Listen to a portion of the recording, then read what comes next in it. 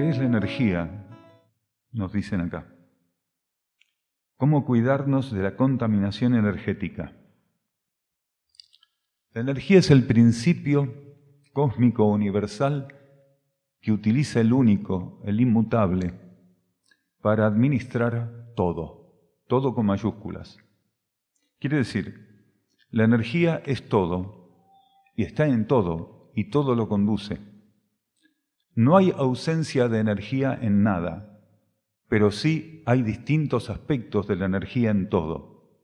La energía tiene una inteligencia tan absoluta que se manifiesta, guía, conduce y regula todo según la necesidad de las partículas que en un campo de existencia están presentes.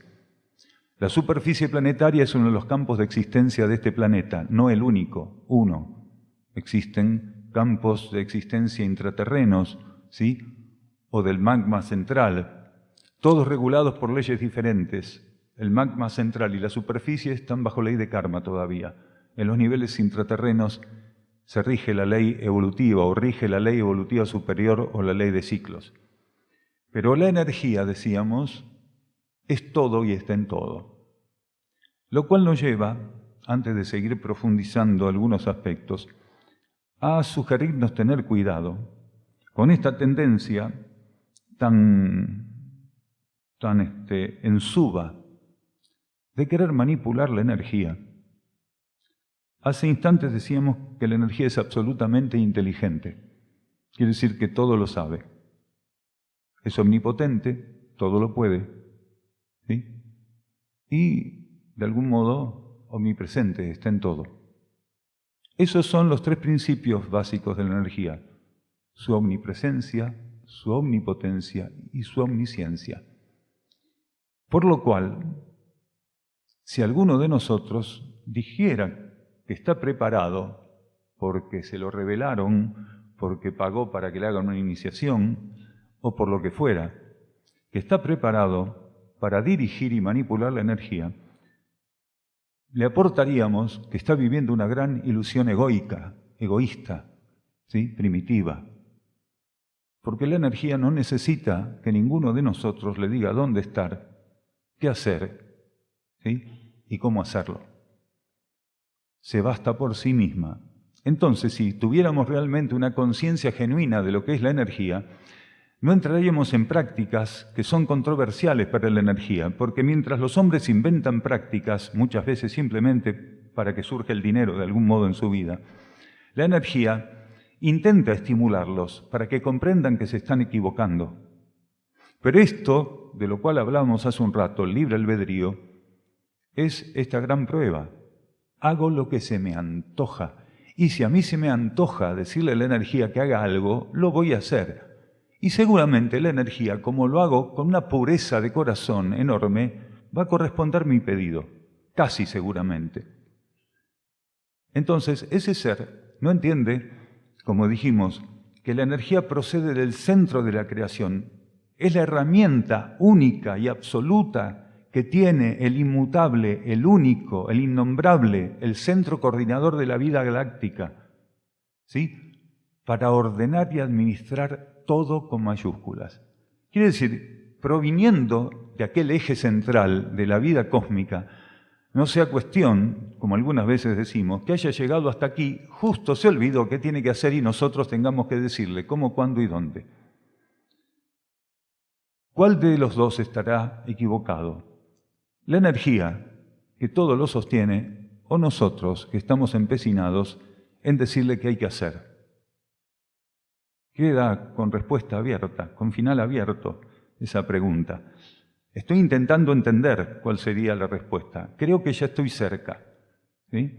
Entonces, deberíamos tener un poco más de coherencia evolutiva, de humildad. Es como esto de pedirle algo a Dios, y porque se lo pido mucho y con respeto, seguramente tengo que quedarme ahí con las manos abiertas y extendidas, porque en cualquier momento aterriza. Y por las dudas no pongo una, pongo las dos, no sea cuestión de que me el doble.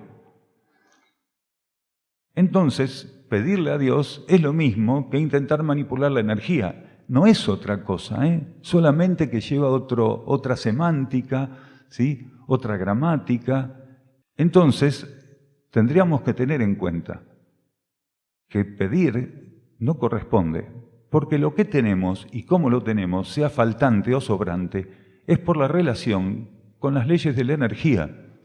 Según sostenemos la relación con las leyes, dicho de otro modo, cumplimos con las leyes, es aquello que el destino para el cual decimos querer prepararnos nos va a ofrecer.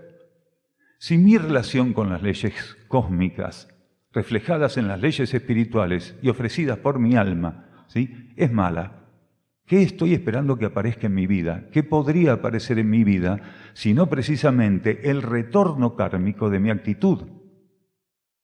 Entonces, lo que tengo que mudar es mi relación con la ley, no pedirle a Dios que mude de opinión, porque para eso es inmutable, para que Él con su inmutabilidad pueda sostener todas las etapas de mutabilidad, transformación e irregularidad e inestabilidad que mi conciencia tiene que transitar, hasta que gradualmente pueda ir superando ciertos procesos kármicos que la habiliten a reflejar de un modo más estable los principios espirituales que están esperando la disponibilidad de un modo más elevado que mi conciencia pudiera ofrecer.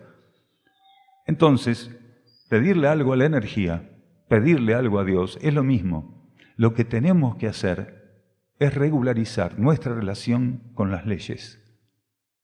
Todo es ley. Incluso teniendo desconocimiento nosotros de cuál es el aspecto de la ley que se nos está ofreciendo, todo es ley. Porque nosotros lo que tenemos que hacer, más allá de entender cuál es la ley con la que estamos interactuando, es que tenemos que implantar en nuestra vida y a partir de ahí irradiarlo, armonía y equilibrio. Quiere decir, nuestro trabajo de sintonía con los aspectos de la ley, previamente, ¿sí?, son la preparación y el acercamiento con la esencia espiritual viva y presente en nuestro interior. Si nosotros logramos alinearnos gradualmente con nuestra esencia interna, para luego entrar en sintonía con ese principio espiritual, y logramos sintonizar de un modo suficientemente estable, ¿sí?, y sostener ese proceso, automáticamente el principio de armonía y equilibrio que fuera el resultante de esa conexión pasaría a ser irradiado por nuestra conciencia. Lógicamente, no de un modo estable, pero la inestabilidad inicial se iría superando. Siempre tendríamos más para superar, porque las condiciones materiales no permiten la estabilidad. Pero eso no es argumento suficiente por no poder ser todo lo estables y perfectos que creeríamos que tenemos que ser. No es argumento suficiente para no intentarlo continuamente hasta el fin. Ser y hacer lo mejor hasta el fin. Ese es el trabajo que tenemos que hacer en la materia. Y como planificamos internamente algunas cosas y al encarnar tendríamos que cumplirlas, esa alineación y sintonía interiores nos permitiría abrir paso al crecimiento de la naturaleza intuitiva, de la vida intuitiva, de la energía intuitiva, porque solo a través de la intuición la energía tiene la posibilidad de revelar a nuestra conciencia qué tenemos que hacer. No nos va a dar una gran revelación, primero porque no somos dignos de grandes revelaciones, porque cada vez que se nos reveló algo, el libre albedrío lo tiró a la basura. Pero con que nos revele algunas cosas interesantes y que todavía adeudamos, y ahí estuviéramos intentando cumplir con esas cuestiones, iríamos abriendo una brecha, generando una brecha en un campo de energía que generalmente es refractario a la vida interna, como es la vida ordinaria de la humanidad.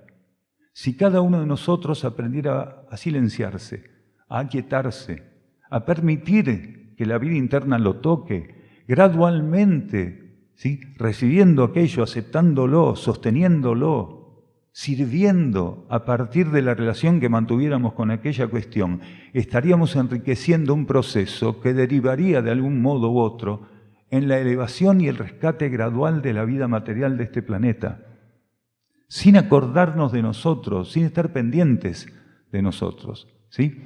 Entonces, la energía es algo que se va a encargar de nuestra vida, incluso sin que lo notemos, e incluso, como pasa con algunas personas en este planeta, que cuando hablan de energía, piensan en la corriente eléctrica, ¿sí?, en la energía nuclear, ¿sí?, o en la atracción a sangre, porque lo demás es toda una teoría no siempre posible de comprobar. Pero aquellos que ya no necesitamos ver para creer y que no estamos limitados a lo que se puede pesar, medir y contar, que ya tenemos una percepción de aquello que los demás no perciben, tenemos un compromiso de ejecutar y sostener diferente. Hay un aspecto de la energía que no siempre es tenido en cuenta, que se llama fuerza. Cuando hablamos de fuerzas retrógradas, cuando hablamos de fuerzas involutivas, ¿sí?, de fuerzas disuasivas, estamos hablando de uno de esos formatos de fuerza. Por ejemplo, el campo tridimensional de la superficie terrestre está sostenido por fuerzas, energías, básicamente. Las fuerzas y las energías no están en confrontación. ¿Por qué? Porque nada puede confrontar con la energía. Pero sí las fuerzas fueron preparadas por la energía como un aspecto desactivado de su propia integridad para poner a prueba las situaciones kármicas, en este caso de la humanidad fundamentalmente. Cuando un ser enfrenta situaciones negativas o inestables, lo que está enfrentando son fuerzas. Si su condición todavía es tan limitada que no puede ver en esa situación la voluntad espiritual de la energía. Entonces, si el ser se queda tildado con la superficie de la situación, con la apariencia de la situación, con la forma de la situación, lo que él está viviendo es una relación con el campo de la tensión de fuerzas que sostienen esa situación. Las fuerzas son las que están ahí pulseando, las fuerzas son las que están intentando atraerlo, las fuerzas son las que lo desequilibran. Las fuerzas son lo que no le permiten estar en sintonía con las energías que ocultamente se mantienen ofrecidas para cuando él, pudiendo superar la influencia de las fuerzas materiales, en su conciencia pudiera gradualmente ensayar la sintonía con las energías internas, con las energías cósmicas, con la jerarquía o cualquier factor que para su instancia evolutiva fuera válido desde la óptica de las leyes. Entonces, la contaminación no tiene que ver con la energía. ¿Por qué? Porque la energía tiene una inteligencia absoluta.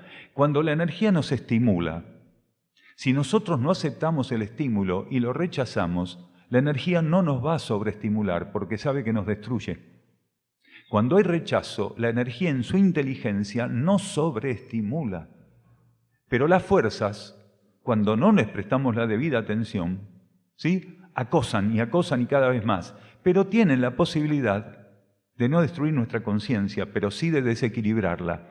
¿Por qué no tienen la posibilidad de destruirla? Porque la ley de karma regula el alcance destructivo de esas fuerzas para que nos pongan a prueba, pero no para que nos saquen del proceso. Por eso la ley de karma, que es la primera de las 3 leyes cósmicas que nos guía, ¿sí?, nos ofrece conducción con garantías evolutivas. ¿Qué quiere decir? Por más que hagamos lo que hagamos, enfrentemos lo que enfrentemos y nos equivoquemos todo lo que querramos, no podemos destruir nuestra conciencia porque hay límites kármicos que no podemos cruzar, incluso queriendo cruzarlos. Entonces, la capacidad de impactarnos por parte de estas fuerzas está regulado por la ley de karma. Nos van a poner a prueba hasta el quiebre, nos van a dejar tirados por el piso, pero siempre va a depender de nosotros poder levantarnos. Entonces, la energía no contamina. Nuestra actitud nos contamina ante la energía. Cuando nosotros estamos en una etapa donde debiéramos responder a la voluntad interna y al mandato superior de la energía, quiere decir, la voluntad inferior debiera responder a la voluntad superior y no lo hace, gradualmente se contamina. ¿De qué se contamina? De estímulos y patrones vibratorios inestables, lentos, densos, que provienen de la capa psíquica planetaria, que es el principal reservorio de las fuerzas del planeta.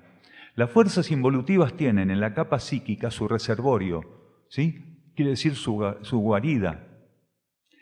Lo que se llama capa psíquica es un campo de energía compuesto por elementos mentales y astrales. La contraparte inferior de la capa psíquica es el plano astral. y la contraparte superior de la capa psíquica es el plano mental. En la actualidad, y ya desde hace mucho tiempo, esa capa psíquica no alberga luz y ya no hay jerarquías operando en la capa psíquica como lo hubo en el pasado.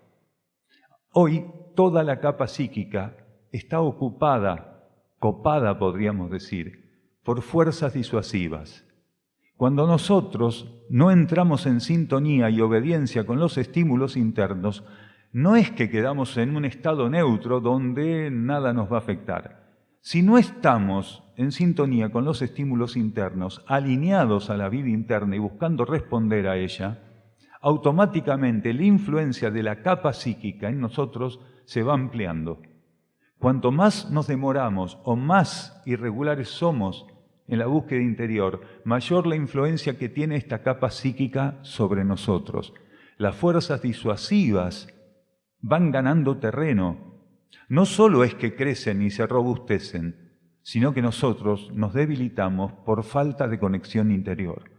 El único genuino alimento que existe, más allá de la alimentación evolutiva, material, mediante vegetales, ¿sí?, es el alimento interno.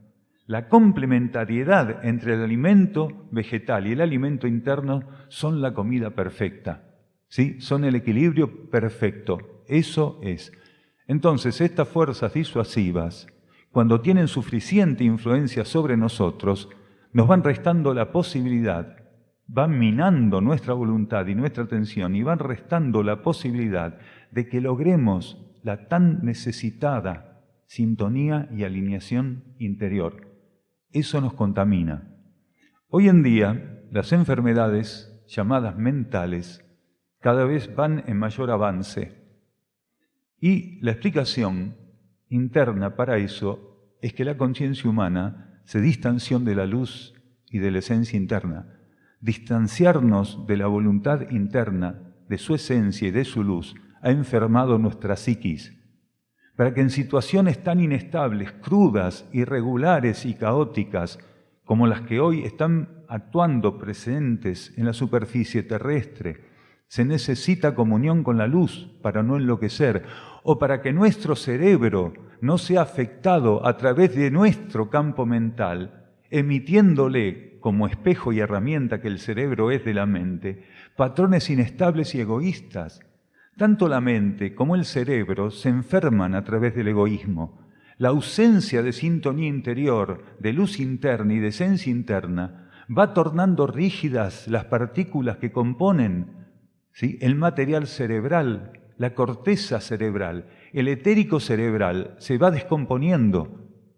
Cuando la mente solamente lleva al cerebro a funcionar orientado egoístamente y lo torna cada vez más especulativo, más racional, más comparativo, lo lleva a la enfermedad. Entonces, la ciencia hoy confunde un poco cuando una enfermedad es mental y cuando es cerebral. ¿Por qué? Porque la ciencia cometió el error, y lo sigue cometiendo, de creer que el cerebro es la mente y la mente es el cerebro. Y la mente es un cuerpo que está por encima del cuerpo físico, siendo que el cerebro es una herramienta física de anclaje del cuerpo mental. Del mismo modo que el centro coronario es la herramienta en el cuerpo físico de anclaje del cuerpo emocional o astral. Entonces, si nosotros no ofrecemos nuestra conciencia mental y nuestro centro emocional a la búsqueda de esencia, no es extraño que psíquicamente vayamos entrando en un deterioro mayor. ¿Por qué? Porque no le ofrecemos el combustible que realmente estaba previsto arquetípicamente para alimentar nuestros pensamientos y sentimientos. Entonces, hasta que no llegue esa instancia donde íntimamente, silenciosamente, ¿sí?, fuera de los ojos del mundo, pero ante los ojos de lo superior y de lo divino, podamos donarnos, ¿sí?, no estamos listos, como decíamos, para lo que sigue. Si ese gesto de donación es genuino, la vida nos va a pedir y nos va a ofrecer que demostremos que esa donación estamos realmente en condiciones de sostenerla. Quiere decir, cuando uno dona, tiene que demostrar que esa donación se tiene que concretar. No como esa gente que va a las reuniones del colegio, ¿sí?, levanta la mano y dice, yo dono 1000 ladrillos, y nunca han llegado a la obra. Pero para todos los vecinos, es un padre ejemplar, pero para el corralón es el hombre invisible, porque nunca pasó por ahí. Tal vez hizo algún movimiento de telequinesis, ¿sí? O los materializó con sus poderes.